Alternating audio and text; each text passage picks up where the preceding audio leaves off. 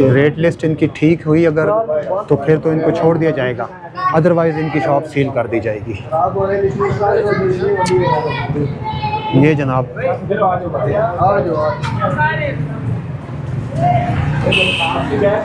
इनका भी sir rates वगैरह का कोई इशू है?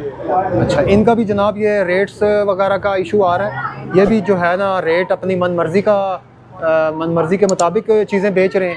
और पैरा फोर्स ने रेट लिस्ट चेक की है, लेकिन इनकी रेट लिस्ट गवर्नमेंट के रेट्स के मुताबिक नहीं है, जिसकी वजह से इनकी शॉप को भी सील किया जा रहा है जी। पैरा फोर्स की जान से ऑपरेशन जारी है, और जो बंदा रेट लिस्ट के मुताबिक चीज़ें सेल नहीं कर रहा और वायलेशन कर रहा है, उसकी दुकान को सील किया जा रहा है जी। पैरा फोर्स की जानिब से ये ऑपरेशन जारी है। और ये आप देख सकते हैं कि अभी हम ये तंदूर वाले को इन्होंने शॉप इसकी सील कर रहे हैं।